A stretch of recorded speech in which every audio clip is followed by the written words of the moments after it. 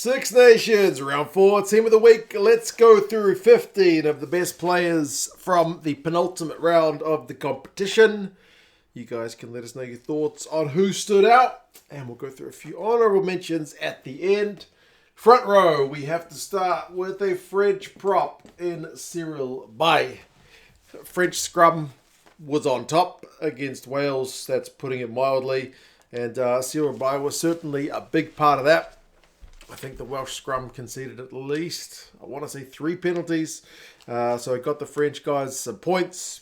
Bay, along with Antonio, big scrummaging units. He makes 4 out of 5 tackles. He makes 8 carries. He gets 8 metres. He doesn't concede any penalties. Just quietly, that's what a prop is in the team for. And I had to put his teammate there as well, Antonio. Basically just the same deal. He made 1 less tackle, 3 from 4. He also didn't concede any penalties. He made 1 less carry with 7. But ultimately was a big part of that large French pack getting kind of dominance over the Welsh guys up front. Hooker, I am going to go with one of the Scots. Maybe surprising to see some of the Scottish guys on the board after their loss to Italy, which was...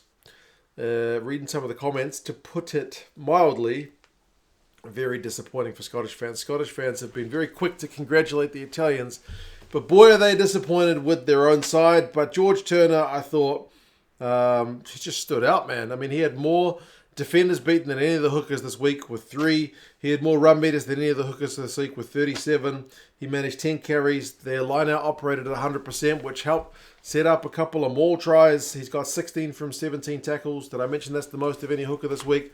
He was just the standout guy, man. Line-out, carries, tackles.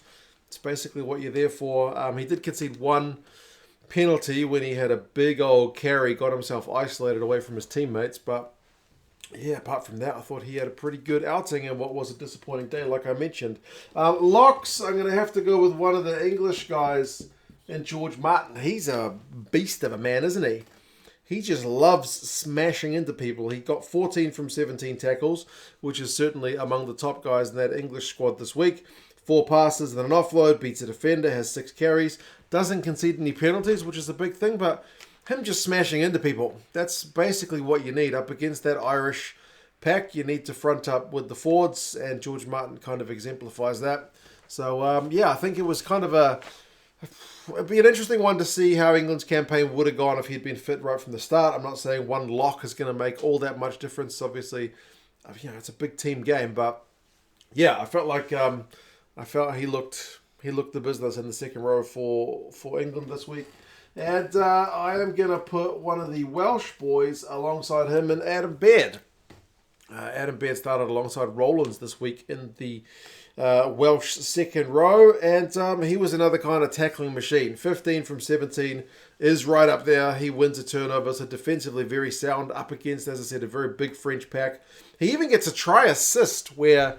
he's on the deck and he kind of offloads it, bounce pass to Dyer. I'm not sure if he meant to do it, but he did it.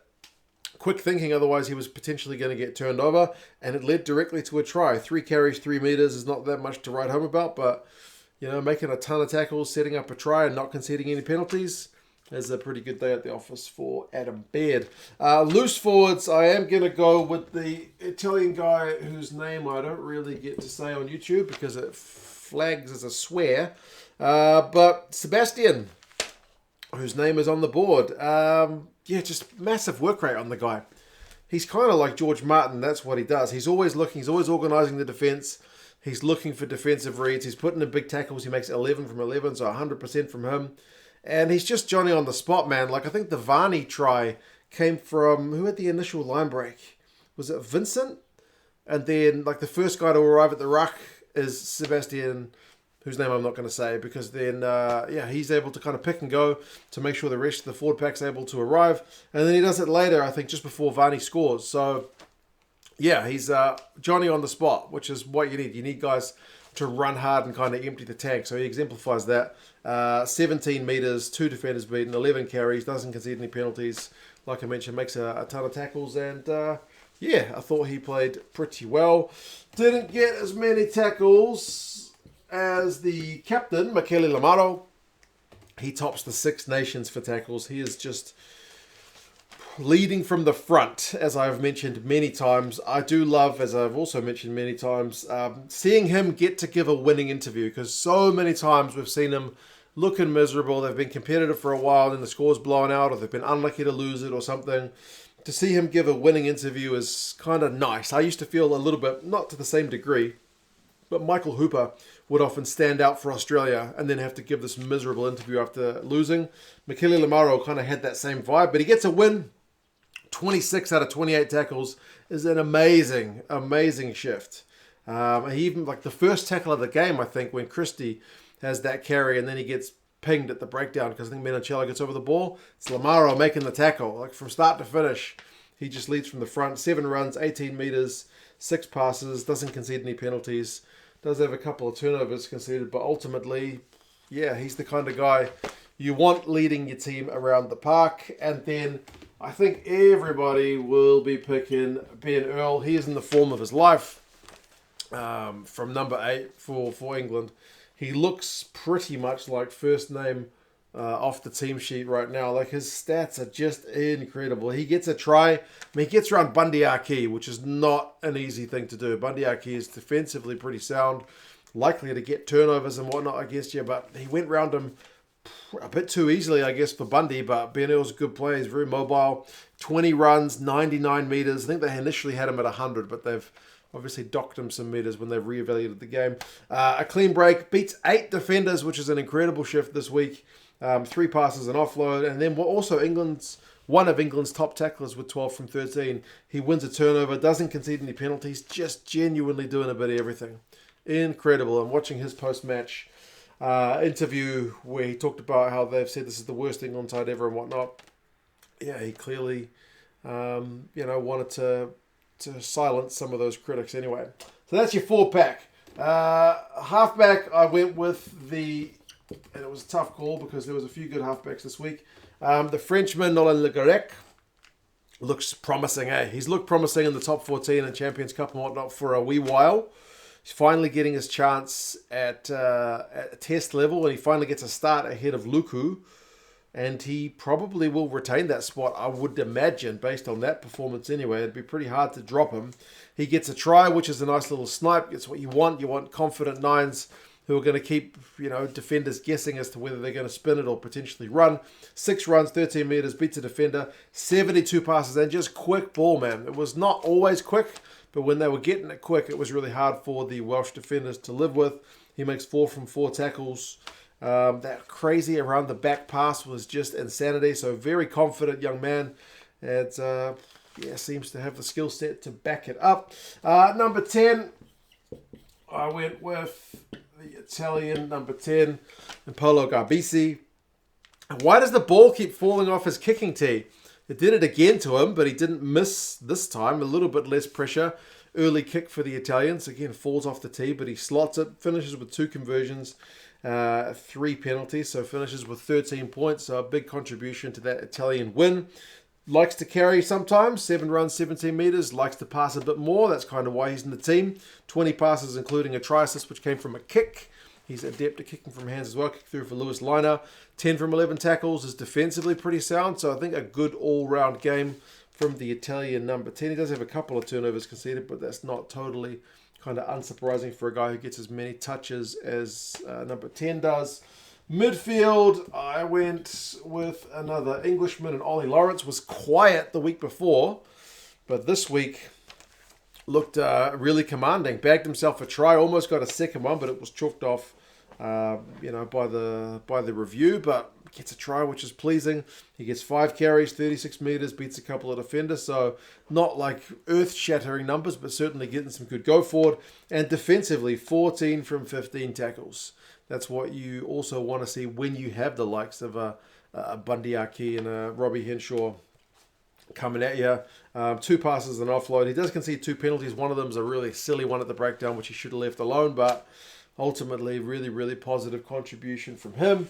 And then an Italian in Nacho Bricks at 13. 13s, I think, were maybe the best positions this week. I'll get to the honourable mentions, but up front, Brex was good, Fiku was good, Slade was good. Like, there were a lot of good performances from 13th this week. So, yeah, really, really competitive. But I'm going with Nacho Brex. He gets a try as well. That one's a dink through from Pedrello, which is able to get on the back of. So maybe also silencing a few critics who said he's a bit slow. Well, he was the first one to get to that ball. 27 metres, 8 runs and a clean break. A pass and an offload, but defensively also 12 from 14 tackles. Shuts down that pretty dangerous Scottish midfield, albeit without Tupulotu. Also wins 2 turnovers. So, yeah, really, really good defensive shift from him. He is just doing really well. Doesn't concede any penalties, so pleasing. And then outside backs, left wing, I have gone with 2-try James Lowe. Maybe not as effective as we've seen him in other games. Like other games, we've been seeing him getting, busting tackles and, getting himself into a lot of open space. Not as much opportunity to do that, but remember the Irish backline was a little bit rejigged with those guys going off injured. But he still gets 2 tries, and that's why your winger is in the team.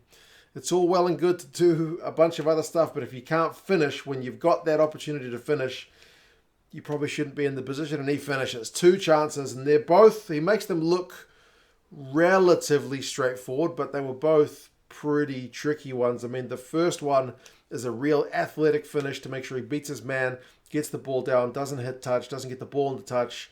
He does it perfectly. And the next one, he gets rid of Marcus Smith to get over the line. So 2 tries from him, 51 metres, 4 runs, 3 passes, 3 out of 4 tackles, but maybe not as much from his boot, felt like. But yeah, I still think you got to be in the team to finish, and that's what he does. Another guy who's in the team but maybe couldn't quite finish the tries himself, which is unusual, Damien Penaud, still sets up a couple. The second one probably more impressive. I mean, the first one, I think he's got the final pass to Fiku, who finishes in the corner, but then the offload to Luku for the last one is proper nice stuff. He finishes with crazy numbers though. 11 runs, 113 metres, 3 clean breaks, and 8 defenders beaten. It's just stupid numbers, but we know Penaud can do that. 6 from 6 tackles, wins a turnover. He does have 1 turnover conceded, which if I'm not mistaken was a high ball that came his way, which he ended up dropping and then ended up leading to Welsh possession and a try. But I still think you'd take Penaud's contribution as overall well into the positive area than negative. And fullback was kind of tough. I went with Fullback. It certainly wasn't like a complete issue. It wasn't a complete performance from Fullback, but it's solid. I don't want to say spectacular, but pretty bloody good. I'm not sure any of the fullbacks. How do we think about it? Ireland obviously had to rejig and whatnot, but yeah, the French Barret, the fullback, was pretty solid, but again, without being spectacular. But Fullback gets a try. He takes it really well, part of that English backline, which was, scored 3 tries. So the team backline was looking a little bit more fluid. He's got 12 runs, 75 metres, get a clean break, gets a couple of defenders beaten. Involvements with the passes, 7 of them, and an offload. So good attacking involvements. That's what he's in the team for. He does drop a bit of ball. He does miss a couple of tackles, and he does give away at least 1 penalty. I think 2. So by no means a perfect outing from Fullback, but still pretty encouraging. No Freddie Stewart in the side just yet. If you want English gear, by the way, England Rugby Store, down in the description. They're an affiliate of the channel. They've got England jerseys and other gear, sometimes on sale. So why don't you check them out if you are looking for some of that gear. But yeah, honourable mentions. George-Henri Colombe, the replacement tight head, came on, got himself a try. I thought he, was a pretty good way to introduce yourself into Test rugby. Jamie George obviously played and led really well for England. Meafu, the big French lock, also had a bunch of carries in that first half. Josh van der Fleer overall was maybe the best of the Irish players, I think. I don't know. He was really, really good. He was slowing down English ball, won himself at least 1 turnover, making a few tackles, a few direct carries, but the back row was kind of competitive this week. Also, I mean, Andy Christie for Scotland had a bunch of good and a couple of negative involvements, but very, very busy. Vincent from Italy was also very, very busy in that back row. A bunch of tackles, bunch of carries. Pedrello and Thomas Williams were pretty good at 9. Alex Mitchell, really unlucky not to be there. You could easily swap him out with Ligarek, to be fair. But Ligarek got man of the match, so maybe sometimes use that as a deciding factor. Bundyaki was good. I mean, I know he missed Earl for the try, but turnovers and busting tackles. He's still having some of the form of his life. I mentioned Fiku already. Slade I mentioned already. Bielbiere I still think looks really dangerous out on the left wing for France. Dyer looks really dangerous out on the wing for Wales. Favour Bosso finally got a start. Busted 5 tackles. Hope he gets another start in the next game. Liner he didn't get many touches in the first half especially, but managed to score a try on debut, which is always a pretty sweet thing to see. But yes, that is the team of the week. You guys let us know your thoughts on who you would have if you were picking, if you have stuck around this far through the video. Why don't you check out my other channel, which is called 2 Cents on Tour, roaming around China, talking to people, going to places. The last place I went had all these kind of abandoned apartments, which were all waterlogged, and I talked to some Chinese farmer ladies about it. It's not rugby, but I was wearing a Leinster cap for part of the video if you want a rugby connection. So there you go. You guys take care, and I'll talk to you guys again soon. Together.